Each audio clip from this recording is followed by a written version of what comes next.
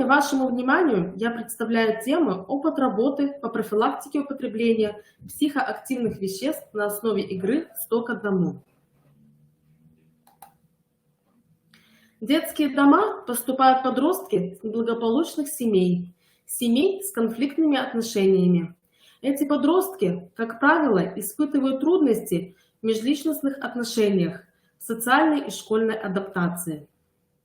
Такие дети часто испытывают глубокий психологический дискомфорт, вызванный неблагополучием семейных отношений, отрицательным психологическим микроклиматом в семье, систематическими учебными неуспехами, несложившимися взаимоотношениями со сверстниками в коллективе класса, несправедливым грубым отношением к нему со стороны родителей, учителей, одноклассников.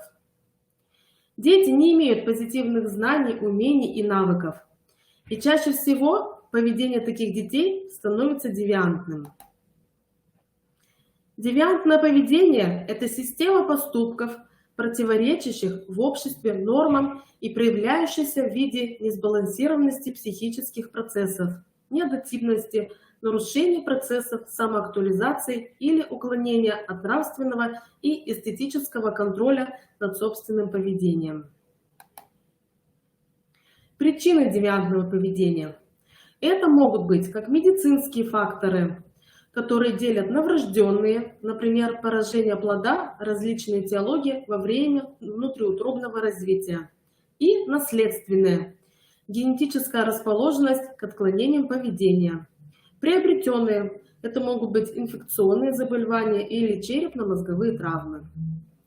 Педагогические причины ошибки воспитания ребенка, допускаемые в семье. Плохой пример родителей, пренебрежение родительскими обязанностями, необоснованные наказания, игнорирование базовых потребностей ребенка, невнимание или чрезмерная опека. Социальные причины – это низкий материальный доход семьи, социального положения в обществе, проживание в неблагополучной семье с родителями-наркоманами, страдающими алкоголизмом, ведущими аморальный образ жизни. Психологические причины формируются на фоне медицинских и педагогических. Здесь может проявляться повышенный уровень агрессии, неуправляемости, нежелание идти на контакт с взрослыми. Виды девиантного поведения проявляются в употреблении психоактивных веществ, в сексуальных девиациях, в суицидальном поведении, в бродяжничестве. Подростки с девиантным поведением нуждаются в понимании и поддержке взрослых, поэтому важно оказание своевременной помощи ребенку. Основная задача педагога-психолога – провести профилактическую работу с детьми. Здесь необходимо помочь подросткам развить и осознать важность приобретения ими социальных навыков, которые помогут при успешной адаптации в обществе, умение воздействовать с окружающими, снизить вероятность вовлечения подростков в экспериментирование с психоактивными веществами, актуализировать процесс социального самоопределения и создания условий формирования позитивного мышления. С детьми в детском доме профилактика употребления психоактивных веществ проводится с разными возрастами. Например, для детей дошкольного возраста мы просматриваем и обсуждаем мультфильмы по формированию здорового образа жизни. Такие мультфильмы, как «Птичка Тари», «Майдадыр», про бегемота, который боялся прививок, «Здоровье начинается дома», «Королева зубная щетка», «Лесная история» и другие. А также проводятся упражнения для снятия психомышечного напряжения. Для детей, обучающихся в начальной школе, также проводится сказкотерапия. Рассматриваются и обсуждаются такие сказки, как «Вирус жадности», «Фея аккуратности», «День рождения Белочки», «Ссора с волчонком» и другие. Просмотры и обсуждение мультфильмов по формированию здорового образа жизни по проекту «Общее дело». Также проводятся упражнения для снятия психомышечного напряжения. Упражнения на повышение самооценки, такие как грамота, ромашка. С детьми более старшего возраста Проводятся упражнения по формированию адекватной самооценки. Например, такие как «Три моих качества, за что я горжусь», «Мой рюкзак». Также просматриваются фильмы и обсуждаются мультфильмы по формированию здорового образа жизни, также по проекту «Общее дело». Проводится тренинг по коррекции агрессивных тенденций в поведении, по развитию коммуникативных навыков. И проводятся упражнения на снятие психомышечного напряжения. С детьми более старшего возраста осуществляется программа занятий по психологической коррекции асоциального поведения подростков «Я смогу». Просматриваются фильмы по проекту «Общее дело», такие как «Дневник Насти», «Спеши любить». Проводятся упражнения на формирование позитивного «Я-образа», на позитивное будущее, такие как «Тучка» или «Куст роз».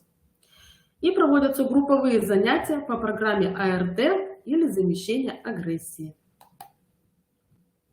Сегодня я хочу представить вашему вниманию занятие, которое проводилось на основе популярной игры «100 к 1», тема которой стала «Вредные привычки». Принимали участие дети 5-7 классов. Данное занятие, оно было итогом к предыдущим занятиям, на которых рассматривались такие темы, как профилактика табакокурения, профилактика употребления алкоголя и профилактика употребления наркотиков. Цель данной игры – обобщить полученные знания на занятиях по профилактике употребления психоактивных веществ, расширить свои представления о формировании здорового образа жизни. Что нам понадобилось для проведения данной игры? Ноутбук, телевизор, презентация с вопросами, с ответами на них, материал для проведения эксперимента, это 2 листа розовой бумаги, видеоролики, как наркотики влияют на организм, эксперимент с белком и подготовленные шаблоны с ответами на формате А2. Какие были ожидаемые результаты? Обучающиеся через игру повторят пройденный материал на занятиях об употреблении психоактивных веществ, их воздействии на человека и последствиях применения. Формирование представления о здоровом образе жизни и также выработка активной жизненной позиции, исключающей использование наркотиков и алкоголя. Ход занятия. На подготовительном этапе ведущий делит собравшихся участников на 2 команды. У нас принимало участие по 4 человека в команде. Ведущий просит участников придумать название команд и выбрать капитана команды. Затем объясняет правила игры. Правило игры состоит из нескольких раундов. Сначала есть простая одинарная игра, двойная игра, тройная игра. За правильные ответы в каждом раунде команды получают баллы. В простой одинарной игре они получают те баллы, которые будут написаны. Во втором раунде все баллы выигранные команды, они умножаются на 2. В третьем раунде все баллы, выигранные командами, умножаются на 3. Но если команда ошиблась 3 раза, то ход игры переходит к другой команде. Далее следующий раунд – это игра наоборот. Она проводится для 2 команд, где участники отвечают на вопрос, и затем смотрим вариант ответа, если он такой, и сколько баллов зарабатывает их вариант ответа. И последний раунд – это была большая игра. Немножко она была переделана, то есть большая игра проводилась по 2 командам. Каждой команде было предложено отвечать на 1 вопрос. За каждый правильный ответ команда получала по 10 баллов. Итак, в начале нашего занятия ведущий говорит: сейчас вы будете отвечать на вопросы, которые появятся на экране. Отвечать будете по очереди. Каждой команде по 2 вопроса. Вопрос команде номер 1. Какие бывают привычки? Ждем ответ команды. Следующий вопрос. Вопрос команде номер 2. Какие полезные привычки вы знаете? Также ответы команды. Вопрос команде номер 1. Что такое вредные привычки? Ответы команды. Вопрос команде номер 2. Какие вредные привычки вы знаете? Вот таким образом выглядел один из слайдов, какие бывают привычки. Следующий слайд. Полезные привычки. Ответ на вопрос появлялся. Привычки, способствующие сохранению здоровья, считаются полезными. Далее перечислялись полезные привычки. Например, чистить зубы, соблюдать режим дня, спать при открытой форточке и другие. На следующем слайде было представлено перечень вредных привычек. Есть много сладостей, долго сидеть у компьютера и телевизора, читать лежа, разговаривать во время еды. Основная часть – простая одинарная игра. Ведущий вызывает к себе от каждой команды по одному игроку и задает им вопрос, как курение влияет на человека. Ведущий выслушивает ответы участников команды и демонстрирует их ответы, если есть на экране. Чей ответ набирает наибольшее количество баллов, с той командой ведущий продолжает игру и всем участникам команды повторяет вопрос. Таким образом, был представлен слайд с номерами ответов, и если участники отгадывали правильный ответ, он появлялся на экране. Также ответы были продублированы на ватмане, где можно было увидеть все ответы сразу. Далее подводился итог. Как же влияет курение на человека? Это может быть рак легких, налет курильщика на зубах, неприятный запах изо рта, хронический кашель, ухудшается концентрация внимания, память, сердечно-сосудистые заболевания. Далее ребятам был предложен эксперимент. Ведущие приглашают по одному участнику из каждой команды подойти и принять участие в эксперименте. Для эксперимента нужно 2 листа розового цвета. Ведущий дает по одному листу приглашенным участникам и говорит: рассмотрите 2 листка розовой бумаги. Это здоровые легкие. Что же произойдет с легкими у тех людей, которые будут курить? Ведущий предлагает участникам смять листки бумаги и говорит: у курильщика легкое становится дряблым, вялым, таким как помятый лист. Здоровые легкие, такие как лист немятой бумаги. И задает вопрос, каким легким будет легче снабжать организм кислородом. Ребята делают вывод. Затем ведущий обобщает вывод и говорит о том, что дышать табачным дымом опасно для вашего здоровья. Далее будет предложено небольшое видео, где проводился этот эксперимент.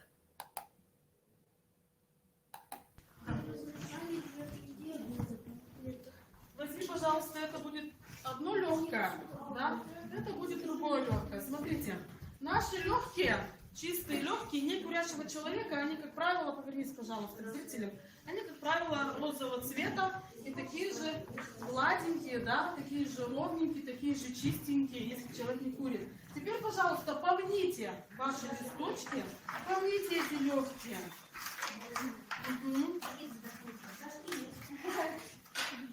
И продемонстрируйте ребятам. Посмотрите, вот примерно так, помято, да, выглядят легкие курящего человека. И более того, если бы наша бумага смогла поменять цвет, они бы стали какого цвета, как вы думаете? Они бы стали черного цвета. И как вы думаете, кислороду проще пройти по такому смятому, легкому или по прямому? По прямому, да? То есть у курящего человека кислород тяжело проходит по легким, да, плохо идет по крови, плохо поступает в сердце, и поэтому и получаются все наши проблемы. Хорошо, листочки давайте мне, вы остаетесь.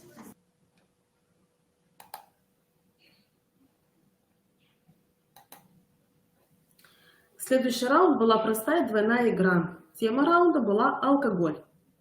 Ведущий вызывает к себе от каждой команды по одному игроку и задает им вопрос, как алкоголь влияет на человека. Ведущий выслушивает ответы участников команды и демонстрирует их ответы, если есть на экране. Чей ответ набирает наибольшее количество баллов, с той командой ведущий продолжает игру и всем участникам команды повторяет вопрос. После того, как раунд сыгран, ведущий предлагает всем участникам обратить внимание на видео, где демонстрирует эксперимент, в ходе которого участники могут наблюдать, как алкоголь влияет на клетки головного мозга. После демонстрации видеосюжета участники делают вывод, что алкоголь опасен для здоровья. И подводится итог. Алкоголь может вызывать рак желудка, пищевода, печени. Пьяный человек тяжело мыслит и трудно принимает решения.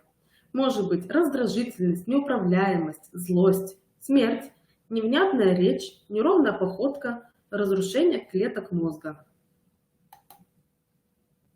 Простая тройная игра. Тема раунда – наркотики. Ведущий вызывает к себе от каждой команды по одному игроку и задает им вопрос, как наркотики влияют на человека. Ведущий выслушивает ответы участников команды и демонстрирует их ответы, если есть на экране. Чей ответ набирает наибольшее количество баллов, с той командой ведущий продолжает игру и всем участникам команды повторяет вопрос.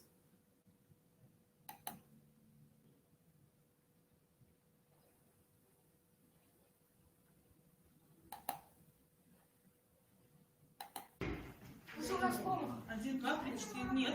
Ну, пробовал, у вас два, уже осталось, вы можете промахнуться. А нет, четыре.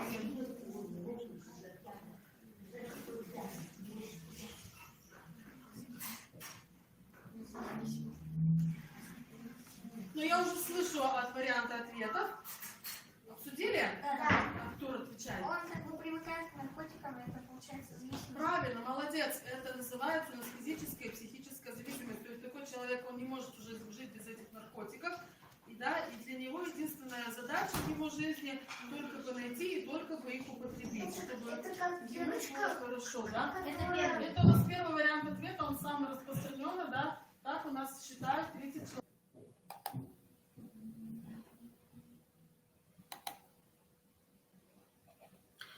Делается вывод, как наркотики влияют на организм человека, разрушают все органы человека, развивается физическая и психическая зависимость, разрушение костной системы, потеря друзей, близких, смерть даже с первого потребления, инфекции. И сейчас вашему вниманию хочу также представить небольшой видеосюжет, как наркотики влияют на организм человека, который был предоставлен также ребятам.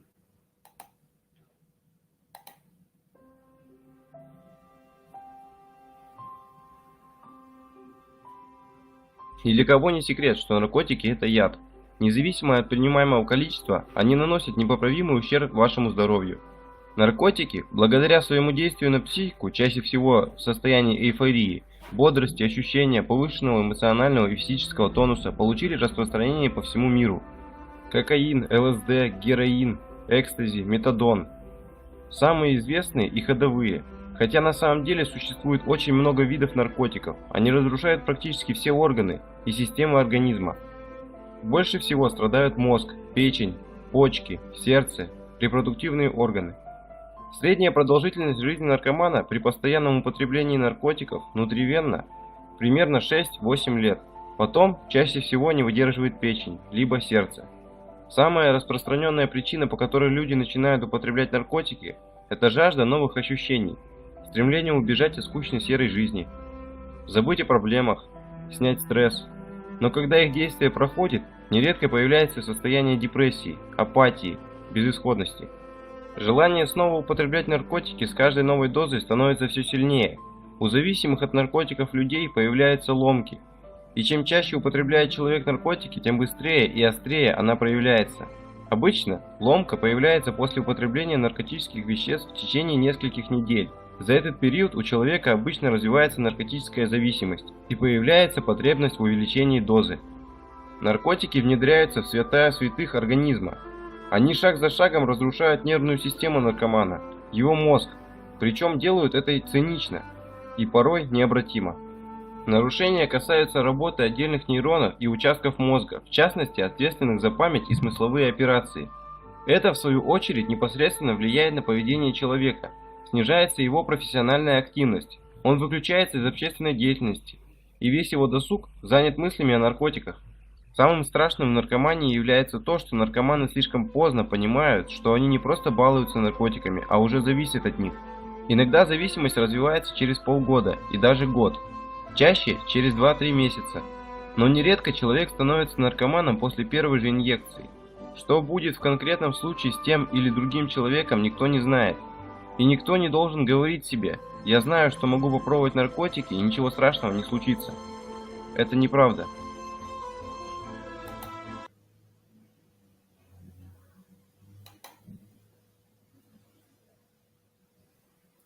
Итак, после просмотра данного сюжета делается вывод, что наркотики – это гибель для человечества. Следующий раунд – игра наоборот. Ведущий задает вопрос обеим командам: почему люди употребляют психоактивные вещества? Задача команд – найти наименее распространенную причину употребления подростками психоактивными веществами. После ответа команд ведущий предлагает посмотреть все варианты ответов.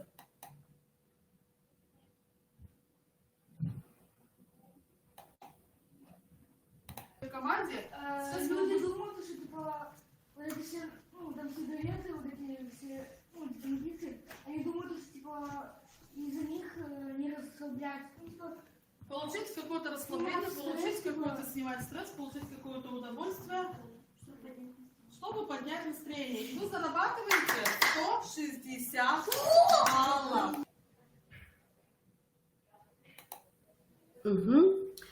Итак, какие же варианты ответов? Это уйти от реальной жизни, чтобы уйти от решения какой-то проблемы, чтобы поднять настроение, чтобы быть более раскованным, смелым, чтобы казаться взрослее или чтобы не отставать от других, быть как все. И заключительный этап – это большая игра, проводится со всеми игроками. Задача команд по очереди отвечать на вопрос: что мы можем сделать для того, чтобы не начать употреблять психоактивные вещества. За каждый ответ команде дается по 10 очков. Игра длится 1 минуту. После минуты ведущий говорит: стоп, на этом наша игра подошла к концу. И просит всех обратить внимание на заключительный слайд, где прописаны 9 заповедей по формированию здорового образа жизни. В конце занятия подводится итог игры и определяется победитель. 9 заповедей здоровья. Четкий режим дня, свежий воздух, больше смеха, физическая активность, правильное питание, не пить, не курить, соблюдение личной гигиены, любовь к себе и другим, занятия по душе. На этом наше занятие закончилось, мы подвели итоги, и ребята, победившая команда, были награждены призом. Если есть у вас вопросы, можете задавать.